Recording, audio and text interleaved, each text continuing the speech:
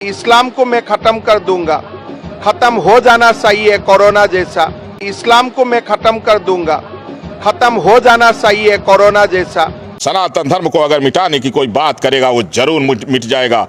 अयोध्या से मैं तपस्वी छावनी पीठाधीश्वर जगत गुरु परमहंस आचार्य आज मैं 10 करोड़ रुपए का इनाम घोषित कर रहा हूं।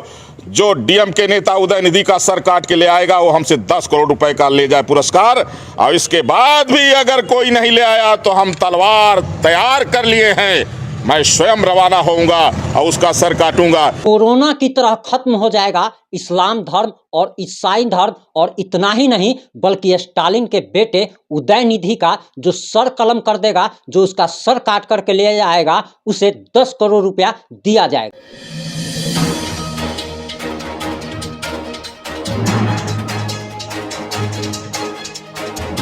नमस्कार, मैं प्रिंस कुमार सिंह और आप देख रहे हैं पॉजिटिव इंडिया। अगर अभी तक आपने चैनल को सब्सक्राइब नहीं किया है तो खबरों से अपडेट रहने के लिए चैनल को सब्सक्राइब कर लीजिए, और जो लोग ऑलरेडी कर चुके हैं उन तमाम लोग को सही हृदय धन्यवाद।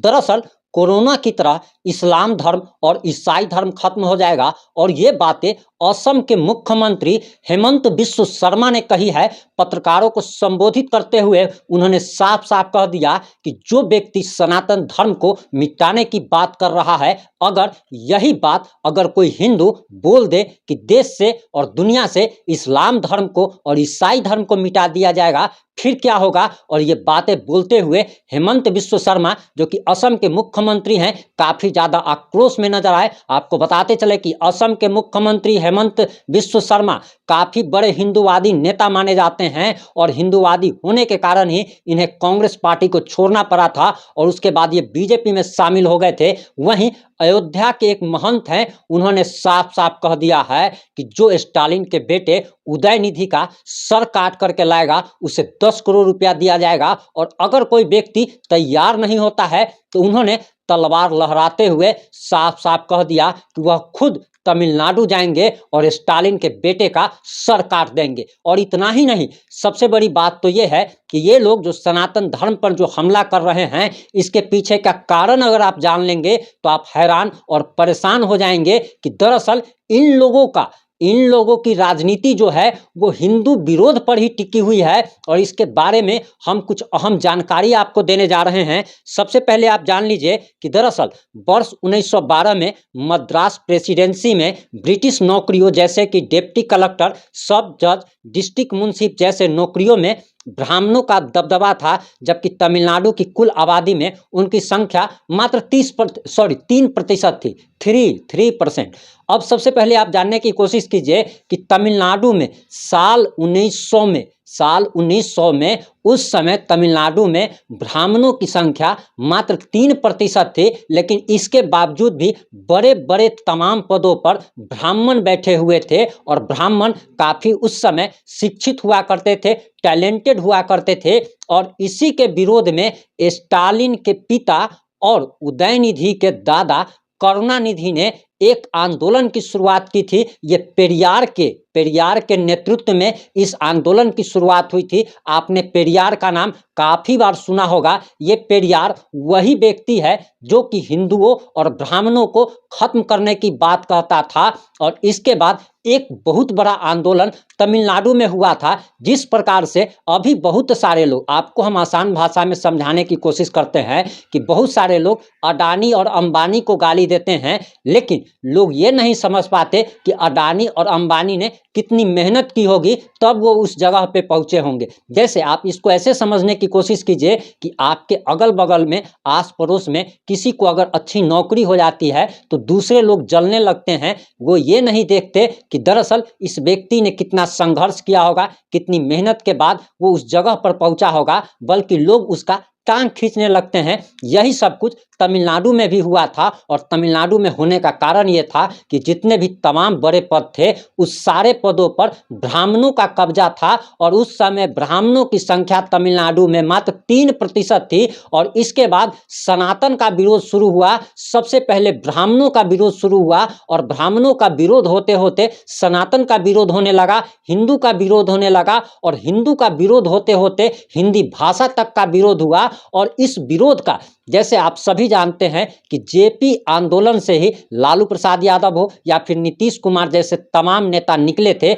उसी प्रकार से द्रविड़ आंदोलन से ही करुणानिधि एक नेता बने थे, नेता के रूप में स्थापित हुए थे। तो उस व्यक्ति का पोता, जो व्यक्ति हिंदी को गाली देता हो, जो व्यक्ति ब्राह्मणों को गाली देता हो, जो व्यक्ति सनातन धर्म को गाली दे करके अपनी राजनीतिक पहचान बनाया हो, उस व्यक्ति का पोता सनातन धर्म को गाली देगा ही। और सबसे बड़ी बात तो यह है कि स्टालिन नाम जो आया है, ये स्टालिन जो है ये विदेशी नाम है और ये विदेश से आया है। वामपंथियों का, क्रिश्चियनों का ये एक नया टाइटल है। और सबसे बड़ी बात तो आप इसमें ये भी जान लीजिए कि दरअसल ये लोग सनातन धर्म का जो विरोध कर रहे हैं ये ईसाई कम्युनिटी से हैं और ईसाई कम्युनिटी के होने के कारण ही ये लोग सनातन का विरोध कर रहे हैं। आप लोग हमेशा ये बात सुनते होंगे कि 2 बोरी चावल के लिए बहुत सारे लोगों ने सलवार तक खोल लिया था। ये वही लोग हैं, स्टालिन जैसे लोग, उदयनिधि जैसे लोग, करुणानिधि जैसे लोग, कि 2 बोरी चावल के लिए इन लोगों ने अपना धर्म बदल लिया। और जो व्यक्ति सिर्फ 2 बोरी चावल के कारण अपना धर्म बदल लेता हो वो सनातन को गाली देगा ही। उससे अच्छी बात की उम्मीद भी नहीं की जा सकती है। और सबसे बड़ी शर्म की बात तो यह है कि हमारे बिहार के जो उप मुख्यमंत्री हैं तेजस्वी यादव, जो व्यक्ति सनातन का विरोध करता है, उसके बर्थडे में जाकर के केक काटते हैं। और उनके राज्यसभा सांसद मनोज झा जो हैं वो दरअसल क्या कहते हैं, इस बात को भी समझ लीजिए कि वो ये बात कह रहे हैं, उसका खंडन कर रहे हैं और कह रहे हैं कि दरअसल ये सनातन का विरोध नहीं कर रहा था बल्कि वो एक मुहावरा दे रहा था। और यही मनोज झा जो है, जब नुपुर शर्मा का बयान आया था तो इन्होंने कहा था कि नुपुर शर्मा का बयान काफ़ी ज़्यादा निंदनीय है। हम सबसे पहले आपको मनोज झा की वो बात सुनाते हैं, आप मनोज झा की वो बात सुन लीजिए। नुपुर शर्मा की गिरफ्तारी को लेकर देखिए, मेरा सीधे तौर पे मानना है हिंसा के लिए कोई जगह नहीं है लोकतंत्र में। जो बयान दिया गया वो अशोभनीय, अश्लील मैं कहूंगा, लेकिन वो अशोभनीय अश्लील बयानों के का एक इकोसिस्टम इस देश में विकसित किया गया बीते 8-9 वर्षों। आपने सुना होगा डेंगू मलेरिया से कंपेयर। देखिए, मैं समझता हूं कि कभी कभी ना हम लोगों को प्रतीक मुहावरों के अंदर जाकर के सोचना होगा। आपने मनोज झा की बात सुन ली होगी। अब आपको एक कारण हम और बताते हैं कि दरअसल साल 1912 में मद्रास प्रेसिडेंसी में ब्रिटिश नौकरियों जैसे डिप्टी कलेक्टर, सब जज, डिस्ट्रिक्ट यानी कि जज का जो पद होता है या जो भी तमिलनाडु के तमाम बड़े बड़े पदों पे ब्राह्मणों का कब्जा था और ब्राह्मण मात्र 3% थे। इस वजह से समाज में ब्राह्मण विरोधी विचारधारा पनपने लगी। कुछ लोगों ने समाज के मन में ये विचार डाला कि दरअसल बड़े बड़े पदों पर ब्राह्मणों की नियुक्तियां एक बड़ी साजिश के तहत हो रही है, जिसकी वजह से समाज के अन्य लोगों को मौका नहीं मिल रहा है। और इसके बाद तमिलनाडु में ब्राह्मणों का विरोध शुरू हुआ और ब्राह्मणों का विरोध होते होते सनातन तक पहुंचा और सनातन तक विरोध जब पहुंचा उसके बाद हिंदी भाषा तक का विरोध हो गया। और तमिलनाडु में आप हिंदी भाषा बोल नहीं सकते हैं, हिंदी भाषा बोलने पर आपके साथ क्या कुछ भी किया जा सकता है। वही एक घटना और आपको हम याद दिलाते हैं कि दरअसल दही आप लोग सभी लोग जानते हैं कि दूध जब जमता है तो वो दही बनता है। और दही को अमूल वाले ने हिंदी में दही लिख दिया था, जिसके कारण तमिलनाडु में इसका भारी विरोध हुआ था और उसके बाद दही को तमिल भाषा में बोला गया था। आप अक्सर सुनते होंगे कि तमिलनाडु के लोग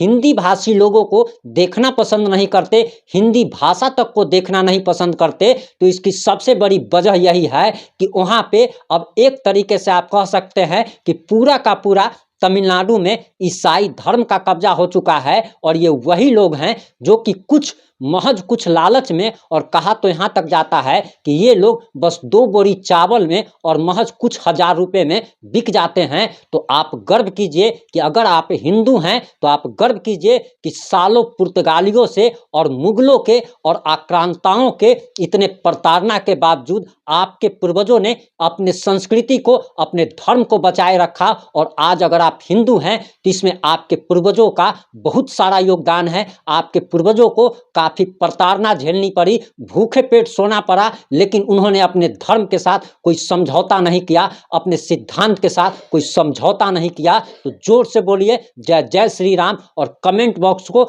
जय जय श्री राम से भर दीजिए। और सबसे बड़ी बात तो ये है कि जो बात हेमंत बिस्व शर्मा ने कही है वो बात एकदम परफेक्ट कही है कि अगर यही बात दूसरे धर्म के बारे में बोला जाता तो अभी तक स्टालिन के बेटे का सर कलम हो जाता। और अयोध्या के महंत ने भी 10 करोड़ रुपए देने का ऐलान कर दिया है, जो स्टालिन के बेटे का सर काट के लाएगा।